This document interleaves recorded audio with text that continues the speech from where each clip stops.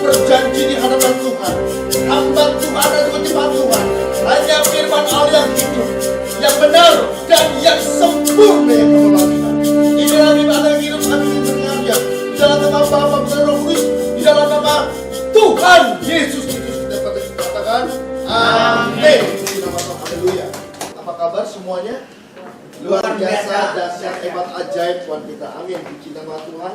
Pekan kemarin saya berbicara tentang pikiran kedua yang masih di dalam seri khotbah dalam mentalitas anak Allah. Di mana mentalitas ini dipengaruhi sama dua hal, adalah pikiran dan juga sudut pandang. Ya, dalam pikiran di situ ada sikap hati kita, ada sikap dalam pikiran kita, ada sudut pandang, bagaimana cara untuk kita memandang, itulah yang mempengaruhi mentalitas di dalam kehidupan kita. Nah, pikiran akan dipengaruhi oleh mental kita sebagai anak-anak Allah. Maka itu pikiran kita harus diperbarui. Roma 12 ayat yang kedua. Ini kan firman Tuhan, janganlah kamu menjadi serupa dengan dunia ini. Berarti, saudara, ada banyak orang yang menjadi serupa dengan dunia. Berarti dengan kata lain, dunia punya cara, dunia punya langkah untuk bisa mengubah hidup kita. Dunia dapat mengubah orang yang baik dan jahat. Maka itu firman Tuhan tekankan dalam kehidupan kita, janganlah kamu, yaitu saudara saya, menjadi sama, menjadi serupa dengan dunia. Kenapa? Karena dunia dengan segala intriknya dapat mengubah kehidupan saudara dan saya, tadinya baik menjadi jahat. Saudara yang tadinya menjadi orang yang lurus, saudara bisa menjadi orang yang bengkok. Kenapa? Karena dunia bisa mengubah. Dari orang yang penuh dengan kasih menjadi orang yang penuh dengan kebencian. Dunia bisa mengubah itu semua. Dari orang yang taat, yang setia menjadi orang pemberontak. Dari yang namanya dia anak Allah, dunia bisa mengubah menjadi anak iblis. Maka itu saudara saya harus menjadi serupa segambar dengan Kristus, bukan dengan dunia. Dan dunia punya kemampuan untuk mengubah. Alkitab menjelaskan yang pertama mamon atau uang. Uang menggelapkan semuanya. Yang kedua, kekuasaan, jabatan, peringkat. Dunia selalu mau bahwa kamu harus menjadi yang pertama dengan menggeser orang-orang yang ada dalam sekeliling kita. Dunia bisa ubah itu semua. Dua hal yang paling luar biasa, uang dan kekuasaan. Dunia mengubah semuanya. Apapun juga yang menggelapkan kita, yang pertama adalah uang. Pendeta jatuh karena uang juga. Ada yang nilep, kasih gereja, kasih persepuluhan, kasih banyak, luar biasa. 100 juta, 200 juta, ditilep semuanya. Padahal firman Tuhan bilang dalam Malaki 3 ayat 10, bawalah seluruh persembahan ke dalam rumahku, supaya di rumahku ada persediaan makanan, bukan di rumah pendeta. Di gerejanya ada persediaan makanan supaya cukup untuk keperluan gereja. Tapi Alkitab tidak menjelaskan di rumah pendeta. Tapi kenapa persepuluhan yang ada, persembahan yang ada, dibawa semuanya ke dalam rumah pendeta? Anaknya sampai sekolah di Jepang, di Jerman. Wah, luar biasa. Dari apa? Dari uang persepuluhan, maaf. Harusnya apa? Pendeta kecil. Persembahan yang ada, persepuluhan yang ada, seperti saya udah bilang, udah naik ya. Waktu pertama 1 juta, pelit lah. Sekarang enggak, 1,5 juta pendeta boleh ambil. Tapi selebihnya itu buat pelayanan. Kalau enggak, maaf, menggelapkan semua. Kita harus cross check hari ini bahwa uang bisa menggelapkan dalam hidup kita. Maka itu hati-hati dengan mamon. Tadinya kita lagi jalan lurus, lagi jalan enak-enak aja, ditawarin. Jadi kalau kamu mau, bisa nih, kasihlah under table. Berapa under table-nya? 100 juta. Oh iya, oke. Dibuat hal-hal yang tidak baik. Kenapa? Digelapkan melalui mamon. Hati-hati hari ini. Kita harus bergerak dengan kebenaran dalam hidup. Yang namanya mamon, kekuasaan, singkirkan semuanya. Baru saya ketemu profesor dari awal dia masuk ke dalam akademi polisi sampai detik hari ini. Jabatannya cuma 1, kompol. Teman-temannya maaf, udah bintang, minimal 1. Dia kompol. Kenapa? Karena dia membela kebenaran. Dia cerita bahwa dia ada di Polres, ya, di satu area provos propam dia.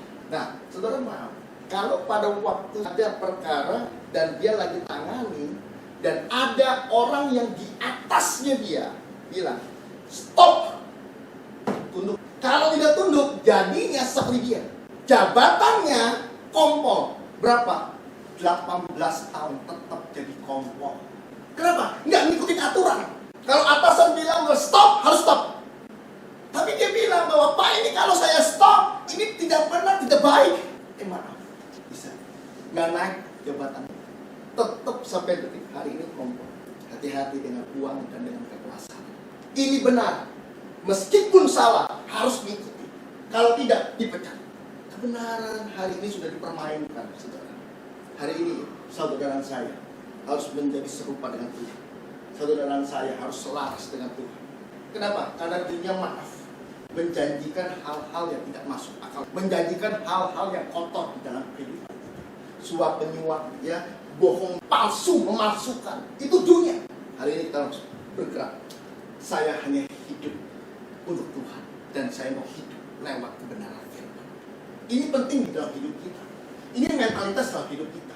Maka itu firman Tuhan bilang, janganlah kamu menjadi serupa dengan dunia ini, tetapi berubahlah oleh pembaharuan budimu. Dijelaskan sebagai berubahlah lewat pikiranmu dan juga mentalmu sebagai anak-anak Allah.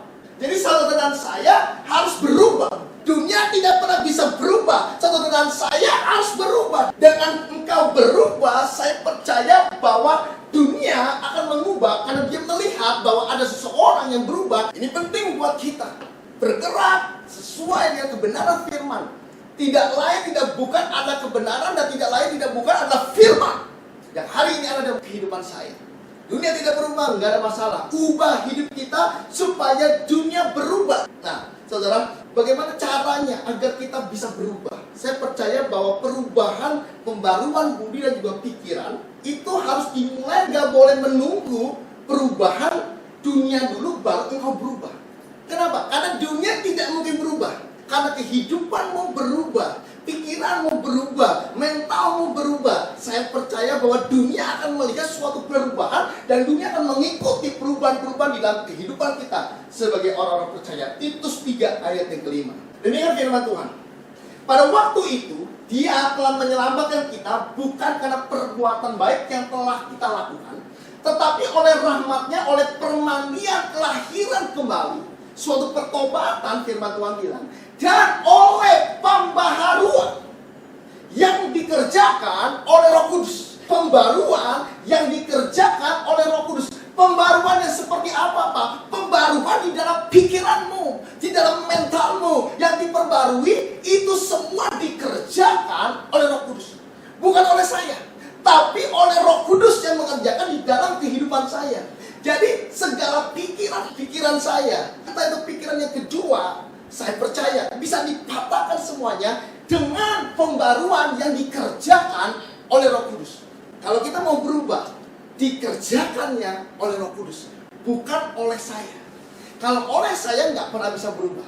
Maka itu, saudara, kita terus-menerus diperbarui, baik itu pikiran kita, imajinasi kita, memori kita, daya hayal kita, atau apapun dengan Roh Kudus. Maka itu connect dengan firman penting sekali dalam hidup kita. Orang-orang yang tidak connect dengan firman, saya percaya pikirannya pasti banyak pikiran-pikiran yang tidak benar.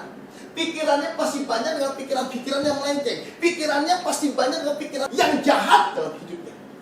Kenapa? Karena tidak selaras dengan firman. Saudara dan saya harus selaras, sesuai, frekuensinya sama dengan firman. Firman bilang tidak, Anda harus tahu. Tidak boleh Anda lakukan. Apapun juga konsekuensinya. Firman Tuhan bilang jangan, Anda jangan pernah lakukan. Apapun konsekuensinya. Yuk, hari ini kita belajar. Hidup itu adalah suatu pilihan. Saya bisa ada di gereja, itu adalah suatu pilihan. Saya bisa aja hari ini saya mau pergi ke mall, bisa. Saya mau pergi ke Alam Sutra, ke BSD, atau apapun itu saya juga bisa. Tidak mau menghadiri gereja juga bisa. Karena hidup adalah suatu pilihan. Hari ini kita memilih sesuatu yang baik dalam hidup kita. Kenapa? Karena pilihan kita akan menentukan dalam kehidupan kita sebagai orang yang percaya. Penting hari ini kita harus mendewasakan pikiran kita. Pikiran kita nggak boleh ada pikiran jahat. Banyak orang-orang Kristen di luarnya baik, pikirannya, hatinya jahat. Hari ini kita mau proses.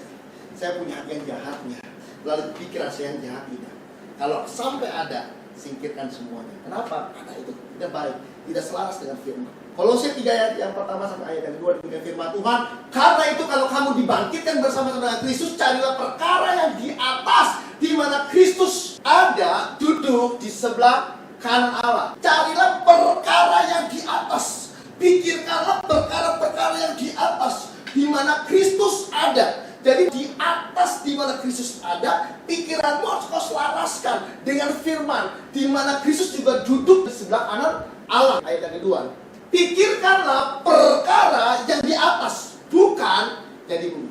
Yang di bumi yang bagaimana, Pak? Yang di bumi yang menjadi serupa segama dengan dunia. Saudara dan saya sebelum memikiri hal-hal yang negatif, hal-hal yang jahat, Anda harus tahu bahwa semuanya ada sebab akibatnya, semuanya ada tabur tuainya.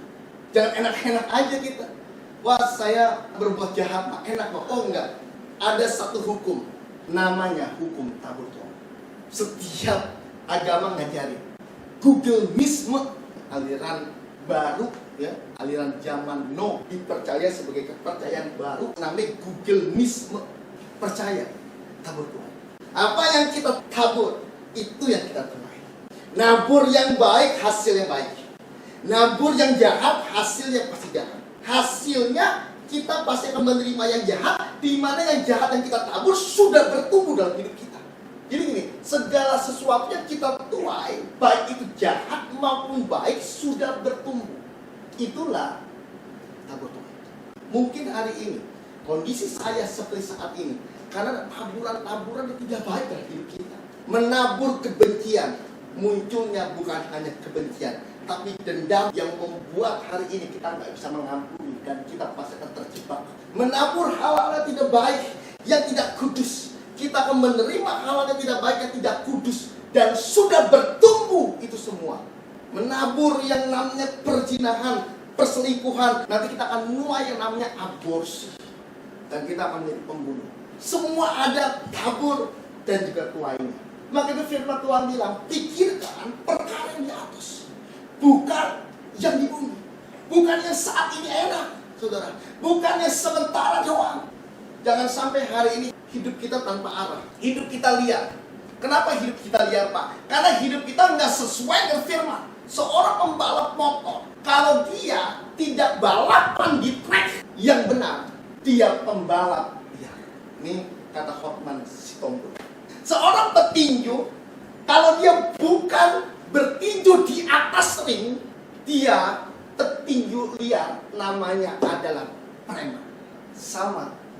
Seorang advokat, kalau nggak adanya di kantor polisi atau kantor pengadilan kejaksaan, di luar itu advokatnya liar. Ini Hotman Sitompul, luar biasa. Tapi bagus juga sih.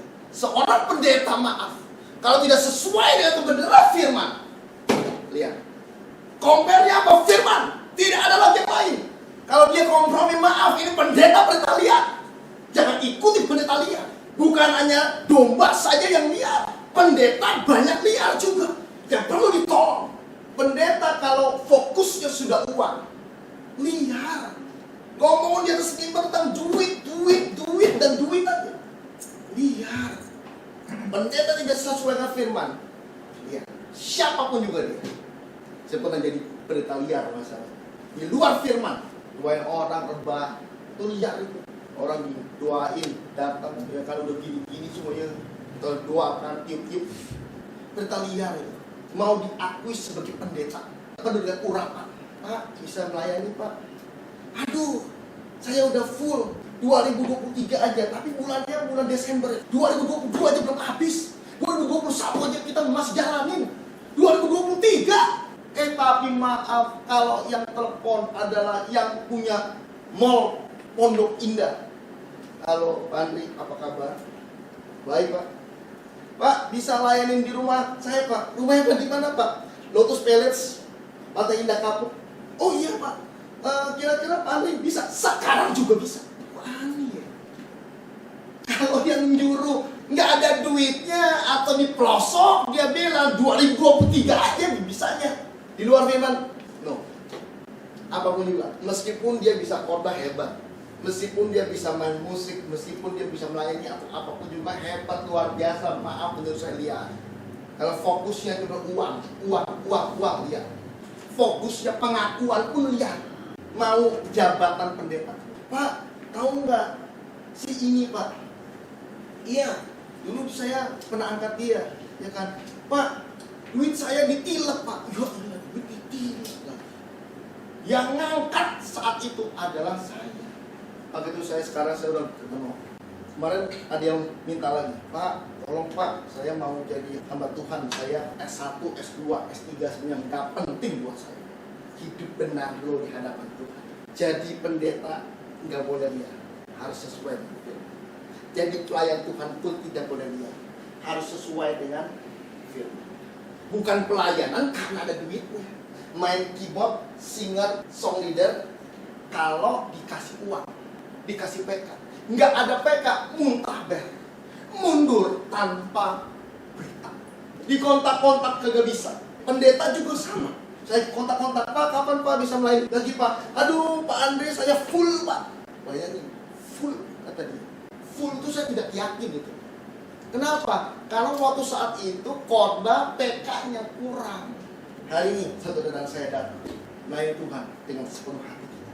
Memuji menyembah Tuhan dengan sepenuh hati kita. Bukan karena uang. Maaf, Tuhan gak butuh duit kita. Dan Tuhan butuh hari ini adalah hatinya kita yang mau melayani Tuhan. Kemarin saya sharing sama salah seorang jemaat.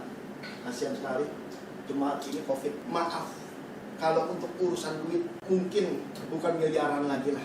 Satu tek mungkin punya dia. Dia orang kaya. Ganti baju aja nggak bisa. Dimandiin aja tidak bisa. Jadi bajunya masih tetap pakai baju yang saat itu dia mati. Padahal orang yang bukan kaya-kaya lagi, kaya banget. Terus yang kedua lagi, saudara, boro-boro didanani tidak, langsung digurung, di wrapping. Orang di wrapping juga buat, diplastikin semuanya. Itu maaf, mayat kayak barang. Habis diplastikin, ditaruh bawah di peti mati. Gak boleh ada yang bayangin. Dia kayak luar biasa. Yuk hari ini yuk, kita bersyukur. Sampai saudara yang bilang, hidup kita tidak pernah bawa apa-apa. Lahir gak bawa apa-apa. Nama itu selalu ada sampai pada akhirnya. Sampai di batu nisan ada nama kita. Gimana? Gak ada satupun yang kita bisa bawa. Apa coba? Baju gak ada yang bisa bawa. Baju lapuk langsung. Tapi nama aja ya ada. Perhiasan, sertifikat rumah, sertifikat tanah gak bisa kita bawa. Jabatan si pendeta gak bisa kita bawa. Titel kita gak bisa kita bawa. Mau SE, STH, MTH gak bisa kita bawa. Dan saat di sorga ditanya, nama kamu siapa? Saya loh, pendeta Dr. Andre Christian, MTH, DPH. Gak ditanya itu. Titelnya tidak pernah sampai ke sorga. Gak ada cuma satu, namamu terdaftar tidak? Bukan gelarmu, hidupmu melalui namamu sudah terdaftar dalam kerajaan sorga belum? Bukan titelmu, bukan duitmu, bukan pelayananmu. Gak kita bawa sampai detik hari ini. Tidak ada satu orang pun yang bawa. Yang bawa cuma satu. Nama kita tercatat di dalam kerajaan sorga. Itu yang hebat. Yang berarti hari ini apa yang sudah kau lakukan dalam hidup kita selaras belum dengan firman. Terutama adalah pikiran kita. 2 Samuel 11 ayat yang ke-1 sampai ayat yang ke-4 dan diteruskan ayat yang ke-13 sampai ayat ke-15. Ini harusnya satu perikop, tapi saya jeda-jeda aja karena saya ingin mengambil satu intisari cerita Daud dengan Bathsheba. Jadi Daud adalah seorang tentara ya Tuhan, pasukan yang kuat, yang luar biasa yang Tuhan siapkan. Dan Bathsheba ini adalah istri dari Uria. Siapa Pak Uria? Pak Uria adalah panglima perang juga. Kalau saya mau bilang adalah asisten dari Daud. Uria ini sebagai kepala grup, kepala regu, tapi tetap bawa Daud yang memimpin semuanya, yang mengatur. Daud sebagai kontrolernya. 2 Samuel 11 ayat yang pertama sampai ayat yang keempat. Pada pergantian tahun, pada waktu raja-raja biasanya maju berperang. Jadi pada pergantian tahun, yaitu tahun baru, Happy New Year, raja-raja biasanya maju berperang. Maka Daud menyuruh Yoab maju beserta orang-orangnya dan seluruh orang Israel. Mereka memusnahkan Bani Amon dan mengepung kota Raba. Sedang Daud sendiri tinggal di Yerusalem. Tahun yang baru, Daud bersama-sama dengan yang lainnya, satu rombongan, satu sekutunya dia, satu grupnya dia maju berperang. Raja, siapa coba? Dengan berbagai macam raja yang ada. Tapi tahun ini beda. Daud suruh orang berperang, tapi dia nggak berperang. Orang-orang biasanya berperang. Daud bilang, aduh saya nggak mau berperang. Biasanya Daud connect dengan Tuhan, tetapi dia nggak mau connect dengan Tuhan. Ayat yang kedua. Sekali peristiwa pada waktu petang, ketika Daud bangun dari tempat pembaringannya, lalu berjalanlah di atas sotoh istana. Tampaklah kepadanya dari atas sotoh itu seorang perempuan sedang mandi. Perempuan itu sangat elok rupanya. Ayat yang ketiga dulu ya. Lalu Daud menyuruh orang bertanya tentang perempuan itu. Dan orang berkata, itu adalah Betseba, binti Eliab, istri Uria, orang Het itu. Daud tahu persis sekali bahwa Betseba yang lagi dia intip, Betseba yang lagi dia lihat saat dia mandi, itu adalah istri orang Het yang namanya adalah Uria, bawaannya Daud. Ya, ayat yang keempat. Sesudah itu Daud menyuruh orang mengambil dia. Perempuan itu datang kepadanya, lalu Daud tidur dengan dia. Perempuan itu baru selesai membersihkan diri dari kenajisan, kemudian pulanglah perempuan itu ke dalam rumahnya. Jadi singkat cerita bahwa pada waktu dia lihat ada Betseba mandi, dia tanya, siapa dia? Betseba, istri orang. Tapi Daud bilang, ya udah, suruh orang untuk ngambil dia. Dan lalu Daud melakukan hal-hal yang tidak baik. Sampai akhirnya, nanti kalau dilihat lagi dalam perikopnya, Betseba awalnya tahu nggak dari mana?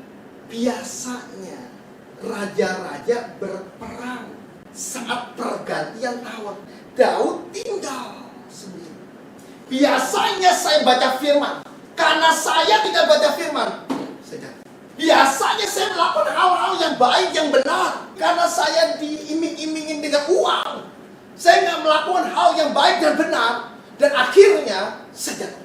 Kejatuhan saya percaya ada segala sesuatu yang kau lakukan dan kau tidak lakukan lagi, kau jatuh.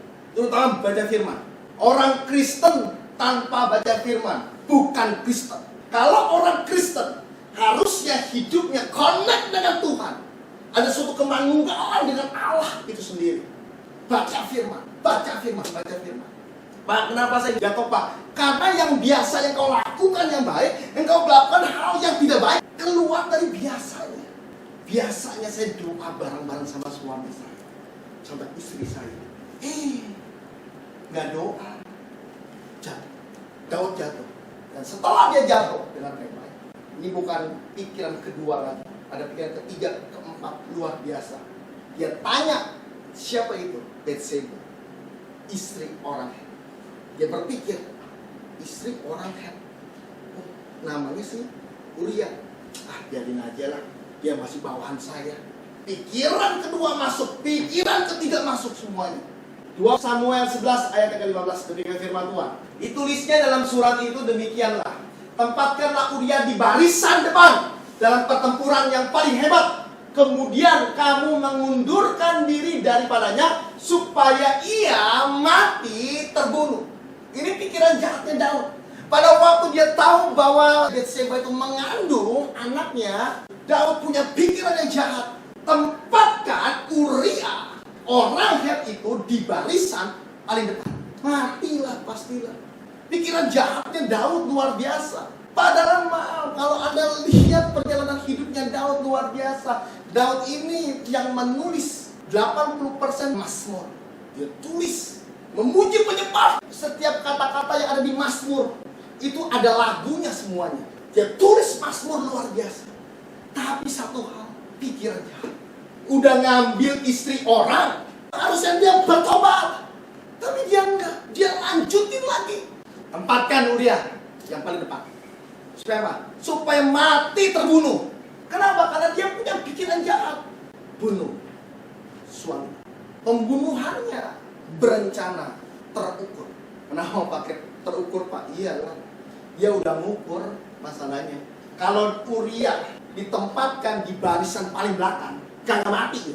Uria juga jago perang juga. Historical yang kita baca, Uria ini adalah seorang panglima perang yang, maaf, kalau udah mau bisa dapat award, dia dapat award.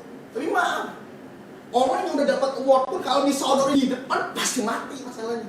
Seberapapun dia kuat, seberapapun dia hebat, dan di depan dia ada ratusan yang bersenjata dengan tombak, dengan panah, mati itu pasti.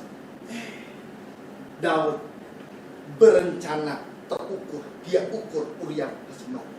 Bukan hanya berencana, terukur juga, tapi di balik itu ada pikiran jahat, dosa pasti. Di dalam Mazmur ada banyak teriakan-teriakan Daud. Di mana teriakan-teriakan Daud itu ada beberapa surat Tuhan tidak jawab itu. Saya yakin teriakannya adalah saat dia jatuh. Dan Tuhan sengaja nggak jawab. Kenapa?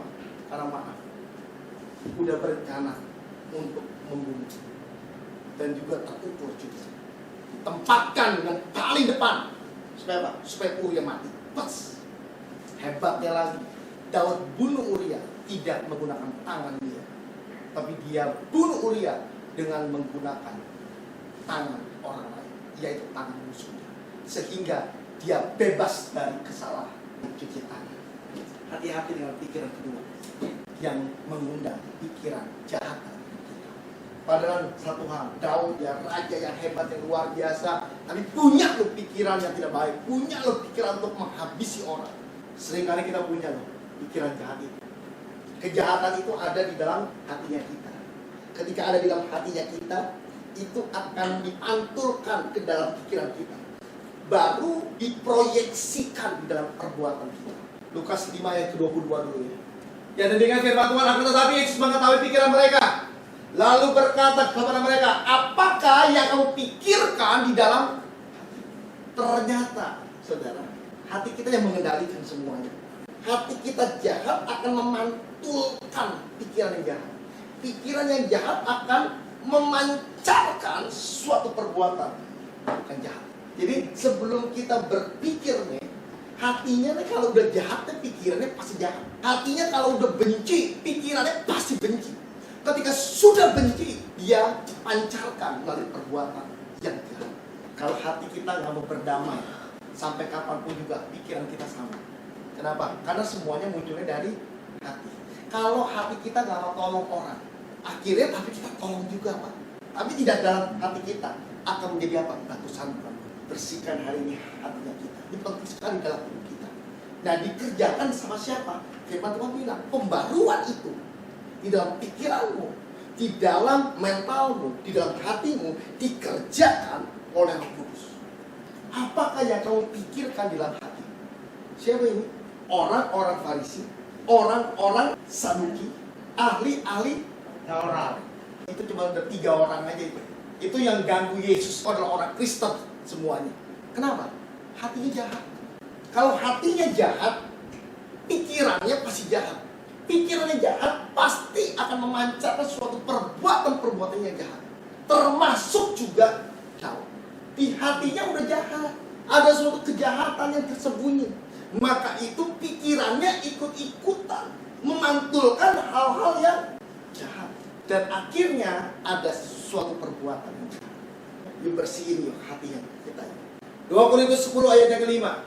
Hari ini kita mau bersihkan hidup kita dari pikiran yang jahat. Demikian firman Tuhan. Kami mematahkan setiap siasat orang dan merubuhkan setiap kubu yang dibangun oleh keangkuhan manusia untuk menentang pengenalan akan Allah. Kami menawan segala pikiran dan menaklukkan kepada Kristus. Firman Tuhan bilang bahwa saudara saya harus menawan semua pikiran yang tidak baik.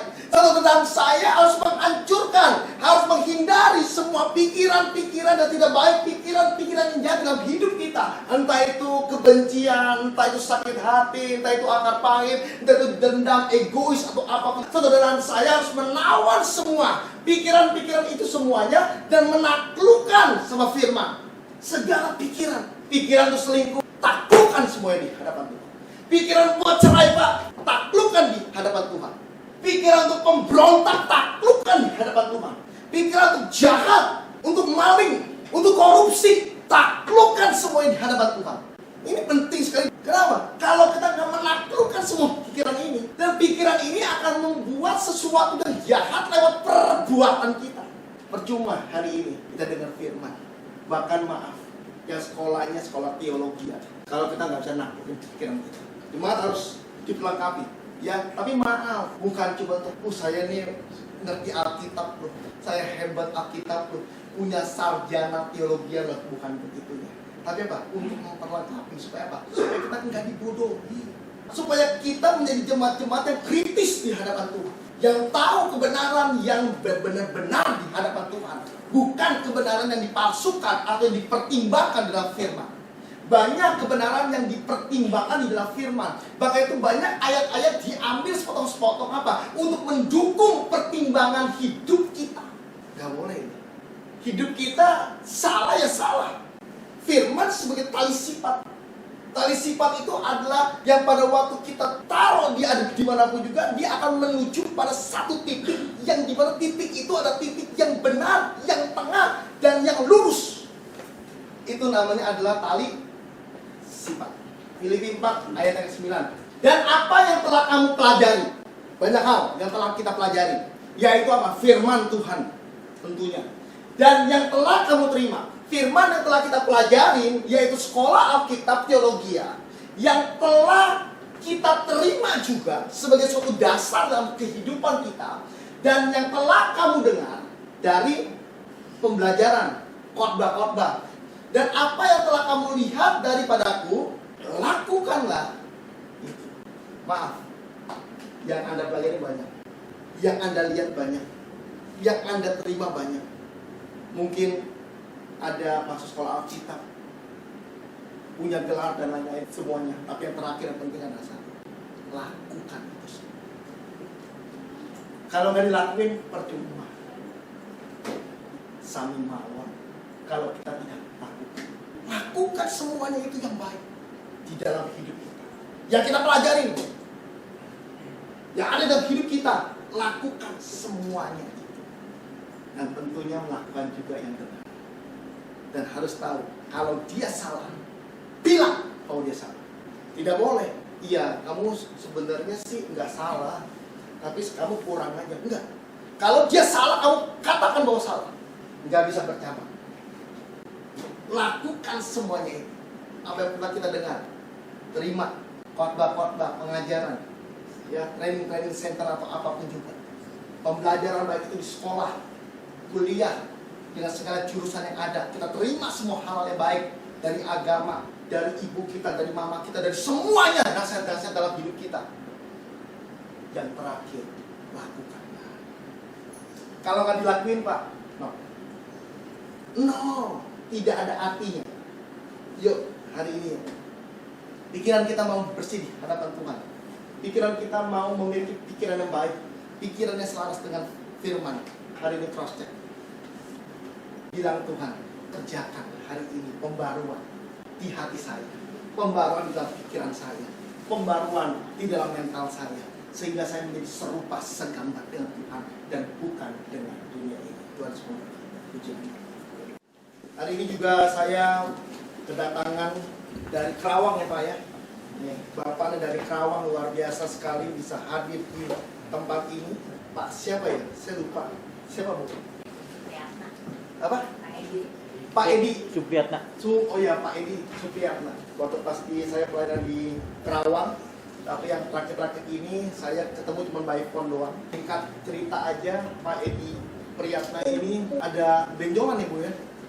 Benjolan ya? Sini ya. Benjolan, anaknya hubungin saya, dia bilang Pak Andri tolong doa, ya kan? Papa kurang bersemangat dan lain-lain semuanya.